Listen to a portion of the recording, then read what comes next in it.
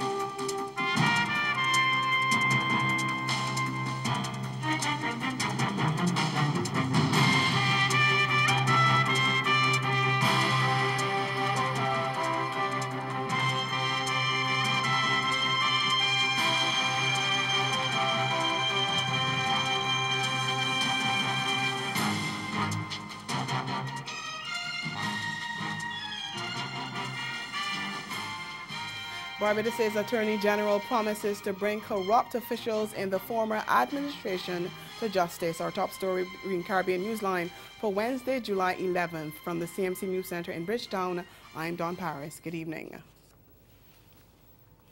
Attorney General Dale Marshall has sent a warning to officials in the previous Democratic Labour Party administration suspected of being involved in corruption that they have not escaped the scrutiny of the law. And while he did not identify anyone in particular, Marshall has promised to do everything in his power to bring the guilty parties to justice. The Attorney General issued the warning as he tabled the Integrity in Public Life bill in Parliament on Tuesday. The bill was one of several critical pieces of legislation that the Mia Mottley-led Barbados Labour Party had promised leading up to the May 24th general elections. Marshall said there have been whispers of corrupt practices involving several politicians, as well as bribes being paid by some individuals and businesses to get contracts, licenses, and permits.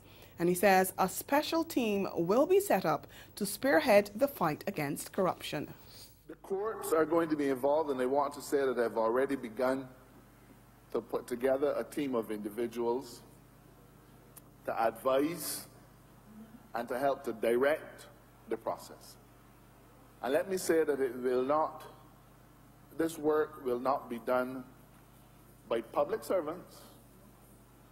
I have got the permission of the Prime Minister to engage such skills as I need from outside of the public service and even from outside of Barbados to be able to help us to ferret out the incidences of corruption in Barbados that we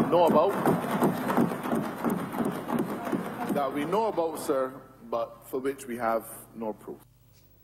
The Attorney General also warned those in the private sector not to engage in bribery or other corrupt practices, saying people who pay bribes are just as guilty as those who accept them.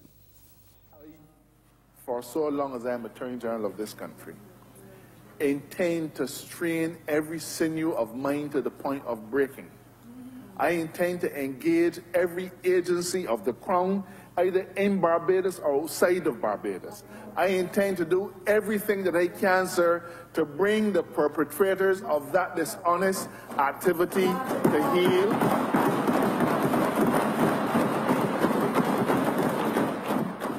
Because, sir, by engaging in that kind of dishonest conduct, they have robbed you, they have robbed me, they have robbed our children, they have destroyed this economy, and they have given Barbados a bad name. And I, for one, will have none of it. Over in Jamaica, the general manager of Petrojam is the first official at the state-run oil refinery to become a casualty amid a growing list of allegations of corruption, financial mismanagement, and cronyism. Prime Minister Andrew Holness said Floyd Grindley has parted ways with Petrojam after discussions with the new board. He made the disclosure as he gave a statement on the Petrojam controversy in the House of Representatives on Tuesday evening. Earlier today, the general manager of Petrojam agreed to separate from the company. New arrangements will shortly be announced for the management leadership of the entity. The move followed last week's protest by scores of workers at Petrojam who demanded that Grindley and the Human Resources Manager Yolande Ramharak be sacked. Holness indicated that more changes to Petrojam's management are coming. He did not say what they would be. Speaking to journalists on Tuesday morning, the Prime Minister sought to assure there was no attempt being made to cover up or ignore wrongdoing at Petrojam. But Holness reported that some of the allegations made so far have proven to be untrue. I mean, a very difficult position in a sense that, you know, now you can make all kinds of allegations which are baseless and untrue, and then force me to act on allegations that are baseless and untrue. Now, that in itself is dangerous. So the balance that we have struck is to ensure that we, as quickly as possible, investigate, discover, call to account, ask for reports, and act on that. Meantime, the parliamentary opposition is predicting that the breaches being reported at Petrojam will cause setbacks in Jamaica's energy sector. Opposition leader Dr. Peter Phillips said Venezuela, which owns 49% of Petrojam, has raised concerns about the state of affairs at the refinery following an audit report which they commissioned. The audit revealed operational inefficiencies that resulted in hefty losses. This further set of reported breaches will further dampen the confidence of the Venezuelan partners and indeed of any prospective partner who would want to participate in the operations of Petrojam. So it is likely to weaken the possibilities of securing effective participation in Petrojam. Foreign direct investment flows to Jamaica fell for the second consecutive year in 2017, and the opposition leader said the absence of high standards of governance is the likely cause of that dip. We know that investors like to have a predictable, transparent environment which is reflective of high standards of governance. Usually those are good investors. As the adage says, bad money drives out good. In the absence of high standards of governance, what you're likely to find is tainted money, compromised organizations and interests focusing on Jamaica. That's not what we want. We want to have upstanding, efficient, effective, high-quality investors taking an interest in Jamaica, and that is clearly not happening now. Over in St. Lucia, the Home Affairs and National Security Ministry has teamed up with international partners to combat human trafficking. The latest estimate from the International Labour Organization places the number of victims worldwide at 40.3 million, and officials in St. Lucia are now turning their attention to training people in the island to deal with survivors of human trafficking. We get the details in this HTS News Force report. In July, the National Security and Home Affairs Department received assistance in designing standards for stakeholders to better deal with survivors of the scourge of human trafficking. The training is sponsored by the U.S. government through the U.S. Embassy and facilitated by the International Organization for Migration. The UN Office on Drugs and Crime defines human trafficking as the acquisition of people by improper means such as force, fraud, or deception with the aim of exploiting them. Victims referral and standard operating procedures for victims of trafficking in persons. We as a task force are required to develop procedures so that individuals from social services and other stakeholders providing services to victims will be able to know what to do in case we encounter a victim of trafficking. St. Lucia was named in the 2018 Interpol Human Trafficking Report.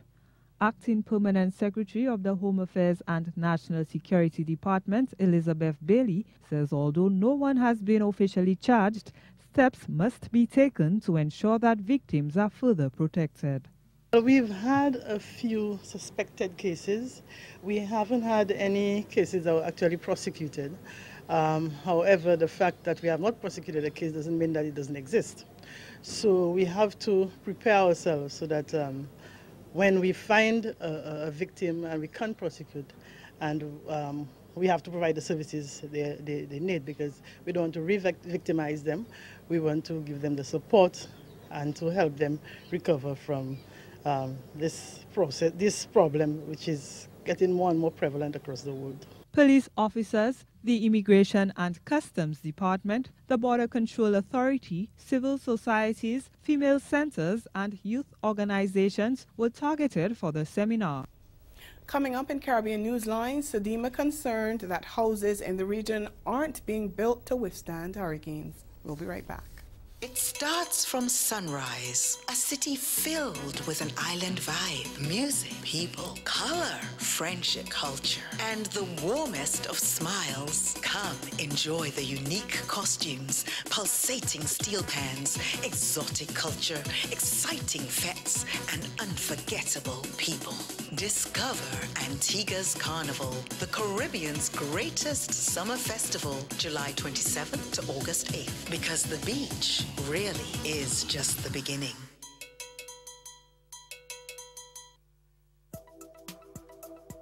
Join leading media and communications executives as well as climate change experts in Kingston, Jamaica from August 13 to 15 for the Caribbean Broadcasting Union 49th Annual General Assembly. This year's assembly, held in partnership with the CARICOM Climate Change Center, explores the theme Building Resilience to Climate Change, Business, Technology and Content Options for Caribbean Media. Featured presenters include the Honorable Dr. Ruel Reid, Jamaica's Minister responsible for information, the region's Chief Climate Change Negotiator, Mr. Carlos Fuller, the Caribbean Telecommunications Union, the Broadcasting Commission of Jamaica, and the International Telecommunications Union Caribbean Office. And broadcast manufacturers and media services enjoy special exhibition rates at this year's conference, joining premier exhibitor Eutelsat. For more information on discounted rates for delegates staying at the Jamaica Pegasus Hotel or flying on the official airline Caribbean Airlines, go to the CBU website or call the Secretariat. The CBU looks forward to welcoming you to this key conference on climate change and the Caribbean media.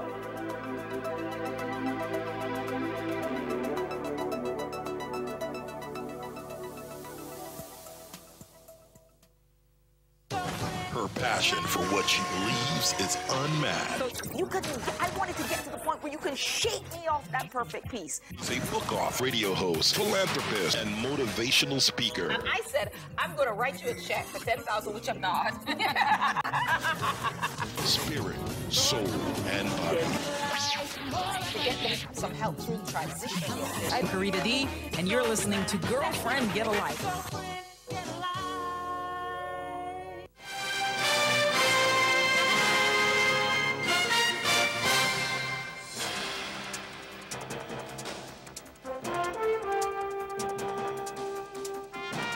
Welcome back. The Caribbean Disaster Emergency Management Agency, SEDIMA, says it's concerned that people in the region are not building houses to withstand disasters like hurricanes. TVJ's Vashan Brown reports.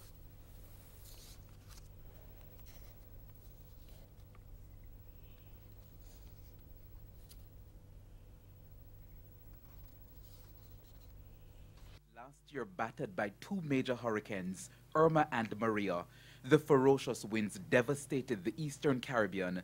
In Dominica, Maria made landfall when some were asleep. We visited the country shortly after. When it hit, it was about 10 o'clock. So when the whole strength come, and it go direct to the center of Dominica, and it just like a twister. After the storm, I opened my door. What I look, debris, woods, fridge, stove, stones. I say, Lord, look at Paul Michel. I say, Paul Michel, finish. Barbuda, Antigua's sister island, was also ravaged by Irma's relentless winds. Houses flattened.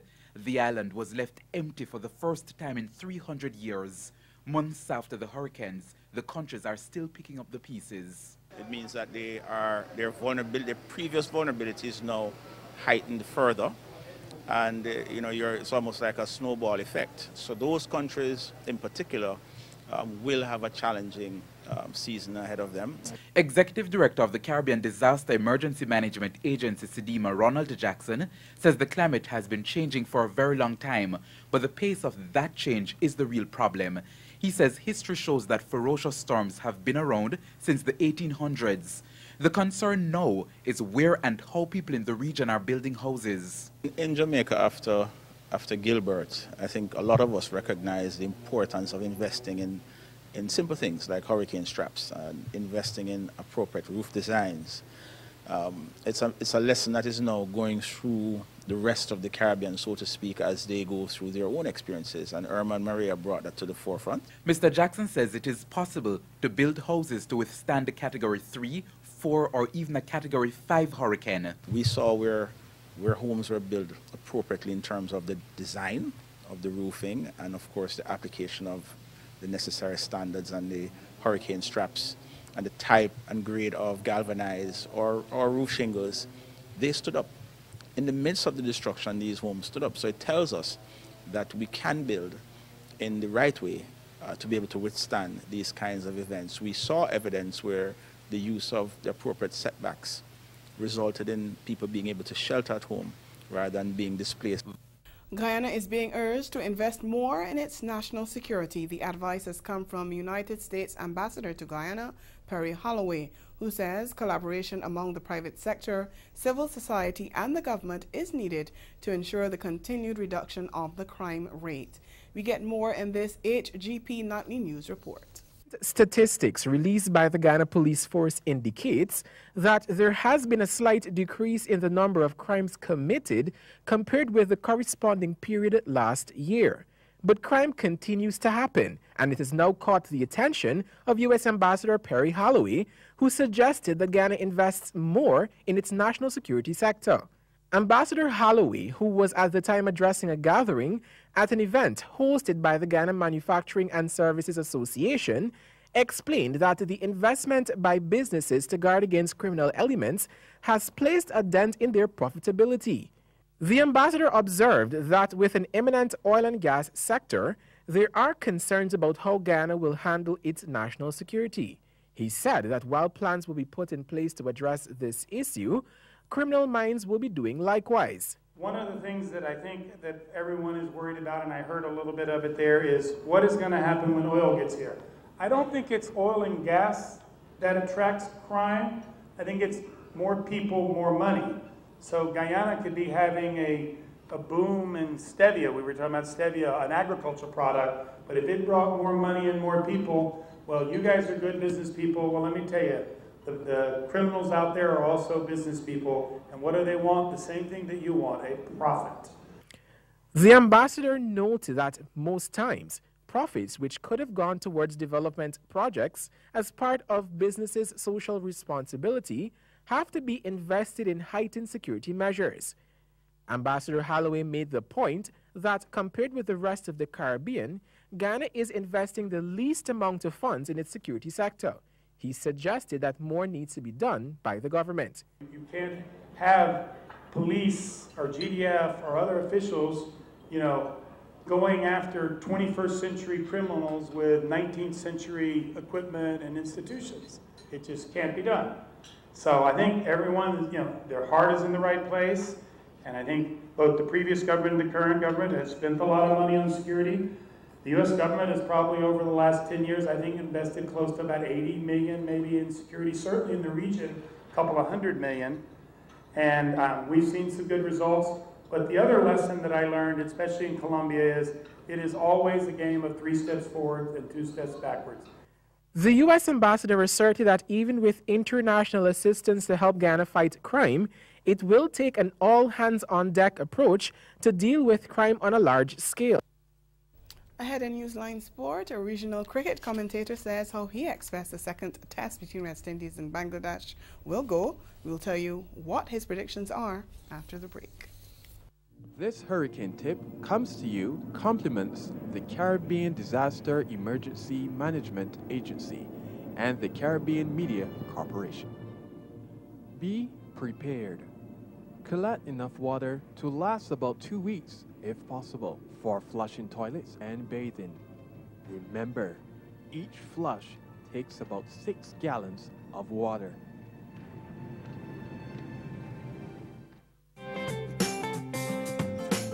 This month on Caribbean Passport, we travel the region taking in Grenada Spice Mass, Barbados Crop Over,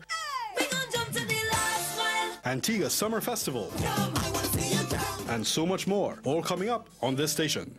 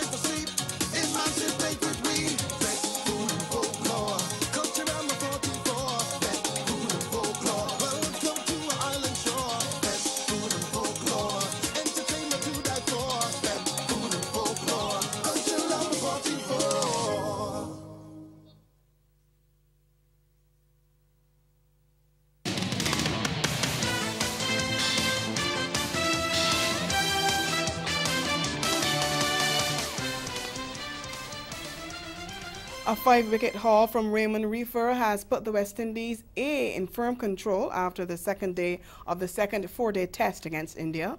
Reefer ran through India's lower order, snagging 5 for 50, his fifth first-class 5-wicket haul to help dismiss them for a paltry 192 in reply to the West Indies' first innings total of 302.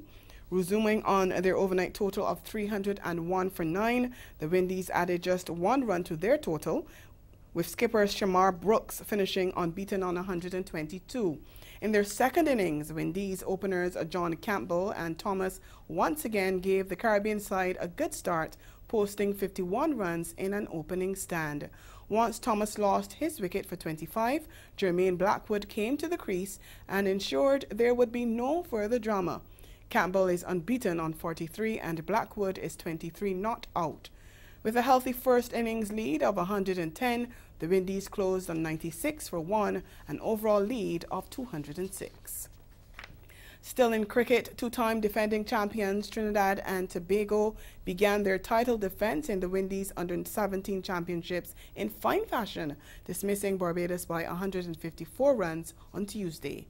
Led by half-centuries from Leonardo Julian, who got 83, and Rivaldo Ramlogan, who made 57, Trinidad and Tobago posted a healthy total of 250 for 8 from their 50 overs. Matthew Ford and Amari Goodrich both took 2 wickets for Barbados. In their run chase, the visitors never threatened as they regularly lost wickets and slumped to 71 for 6. Samir Ali was the pick of the bowlers, snagging 3 for 13, while Anderson Mahes chipped in with 2 for 25. The Leeward Islands were made to work much harder, edging Jamaica by 1 wicket off the penultimate ball of the match in a thrilling contest. After Tariq Newman with 4 for 14 and Kenny Sutton, who finished with 3 for 32, had run through Jamaica's middle order to dismiss them for 137, the Leewards found themselves on the verge of defeat on 125 for 9. And Garvin Serow scored the first century of the tournament, and his teammate Teddy Bishop fell 9 runs short of a second as the Windward Islands took a comfortable 59-run win over Guyana. Serow's knock of 122 and Bishop's 91 were the mainstay of their team's total of 284 for 8 in 50 overs. The two shared a 204-run partnership for the 4th wicket to help rescue the Windward Islands from the perilous position of 43 for 3. Despite 2 half-centuries from Sachin Singh, who made 52, and Sion Glasgow, who got 51, a middle-order collapse doomed Guyana to defeat. A regional cricket commentator says conditions at the Sabina Park pitch could see Bangladesh suffering another innings defeat.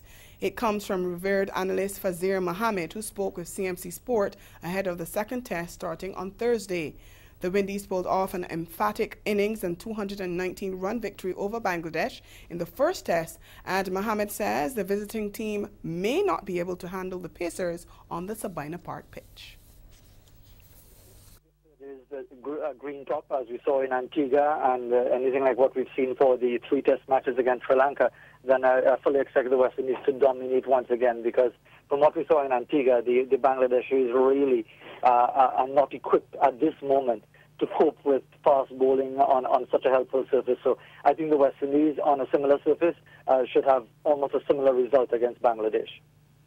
And while young fast bowler Alzari Joseph has replaced the injured Kemar Roach, who was instrumental in the first test, Mohammed says Kemo Paul is the one to watch in the second test.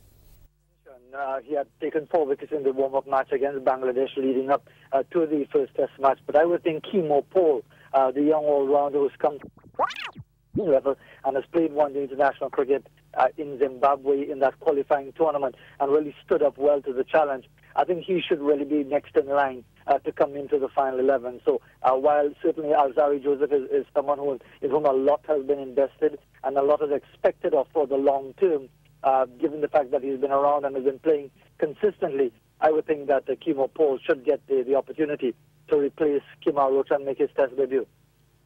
And the first ball of that second test bowls off on Thursday, as we said, at 11 a.m. Jamaica time.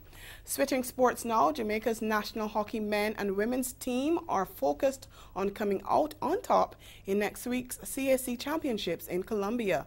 The Jamaicans are confident about their chances despite being slated to play some of the toughest teams in the game.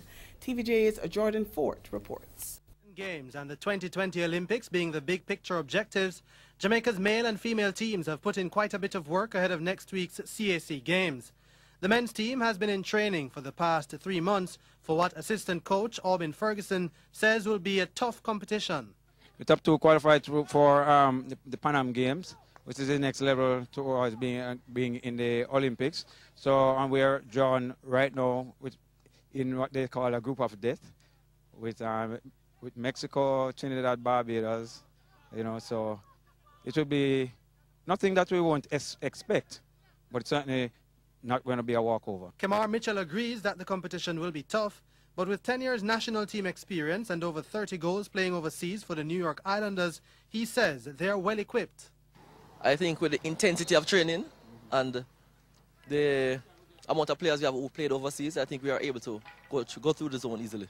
And one of those experienced players they'll be counting on is Nicholas Beach, who will earn his 50th cap for the country when they play their first match against Barbados. Well, we're just going out there for a strong performance. I mean, once to play together, we support each other.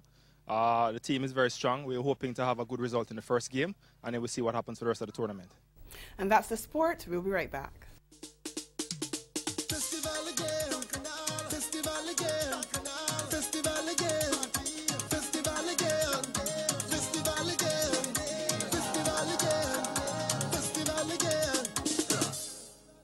Caribbean's greatest summer line.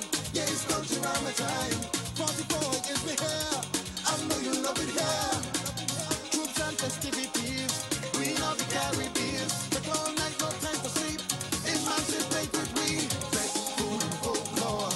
Country around my 44. Best food and folklore. Welcome to our island shore. Best food and folklore.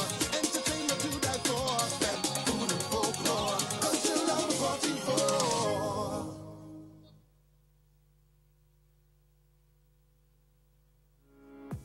This summer and fall, Brilliant Barbados is offering you hotel discounts of up to 40% off regular rates when you book through Expedia before October 31st, 2018. Discover our Dine Around program specials at participating restaurants across the island, starting from US $50 per person on 3-course meals. For further information and full details to book your Barbados holiday, visit brilliantbarbados.com. A recap of the major developments of this day. Barbados' Attorney General wants ministers in the former DLP administration investigated for corruption. And in sport, regional cricket commentator Fazir Mohammed says conditions at the Sabina Park pitch will be difficult for the Bangladesh team in the second test against the Windies. And that's Caribbean Newsline for news and sports around the clock. Subscribe to CanonNews.com. We'll see you again tomorrow.